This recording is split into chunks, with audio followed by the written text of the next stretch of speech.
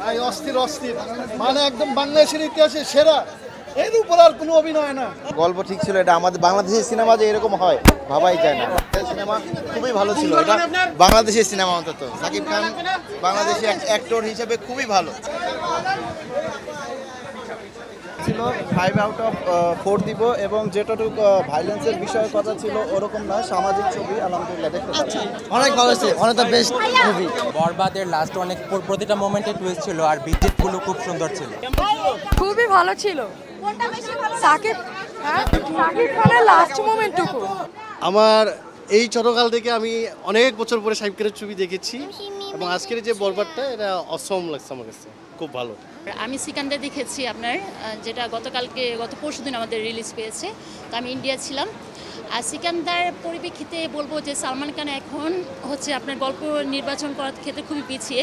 সেক্ষেত্রে আমাদের বাংলাদেশের মেগাস্টার সাকিব খান অনেক এগিয়ে আছে। আর আমরা সিকান্দারের যে ইয়েটা দেখেছিলাম আপনার ট্রেলারটা, এটা দেখে তার চেয়ে বেশি ভালো লেগেছিল আমার আপনার বরবাদের ট্রেলারটা। তো বলবো এক কথায় বরবাদ ইন ফায়ার। আর সাকিব খান তো হচ্ছে একটা মেগা স্টার, ওনার ছবির জন্য আমরা অপেক্ষা করি। ভিশনের ফুলঝুরি মেগা অফারে ফ্রিজ কিনলেই পাচ্ছেন 16 পিসের আকর্ষণীয় গিফট বক্স একদম ফ্রি। আমাদের যে অ্যাডভান্সমেন্ট সেটা মানে অনন্য, ডে বাই ডে আমাদের ইনক্রিজমেন্ট। এতই ভালো লেগেছে যে আমি লাস্টের দিকে খুবই ইমোশনাল হয়ে গেছি। মানে আমার লাইফে মানে আমার দেখা বেস্ট ছবি। শাকিব খান তো নিজের সব চরিত্রকে বিট করে যাচ্ছে, অসাধারণ, এক কথায় অসাধারণ। আমি জাস্ট মন থেকে দোয়া করি সাকিব ভাইয়ের জন্য, মানে এত সুন্দর অভিনয়, মানে খুবই ভালো লাগছে। শেষে মানে কান্না চলে আসবে, যারা মানে সম্পর্ক করে প্রেম বুঝে কান্না চলে আসবে। তুফান ছিল অ্যাকশন, তুফানে আমার জানার মতো কোনো গল্প ছিল না, কিন্তু বরবাদ সিনেমা পুরাটাই গল্প।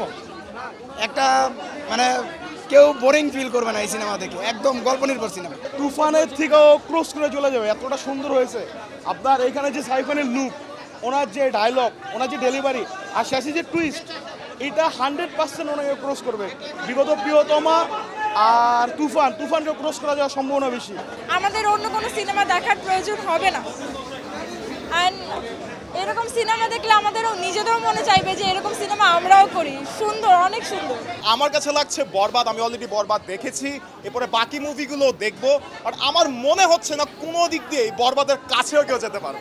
সাকিব খানে আমি ওল্ড যে সিনেমাগুলো সেগুলো দেখতাম, ওদেরকে বারবার ওইটাই বলতাম, বাট এটা হচ্ছে সব কিছু থেকে বেস্ট। আমি এটা ফার্স্ট আজকে দেখতেছি, আমি হচ্ছে পেলপিটেশন, আমার শ্বাসকষ্ট, মানে এখন আমার হার্টবিট কাঁপতেছে। লাস্টের সিনগুলো বুঝতাম, সব কিছু মিলে ইমোশন, অ্যাকশন। ফার্স্ট মুভি দেখছিলাম হচ্ছে হলো হাওয়া, যেটা দেখার পর থেকে মনে হচ্ছে না বাংলাদেশে মেবি ইমপ্রুভ করতে আছে। আর আজকের মুভিটা দেখার পরে না, এই টাইপের যদি মুভি আরও আসতে থাকে, অ্যাটলিস্ট কম্পিট করতে পারবে বড় বড় ইন্ডাস্ট্রির সাথে।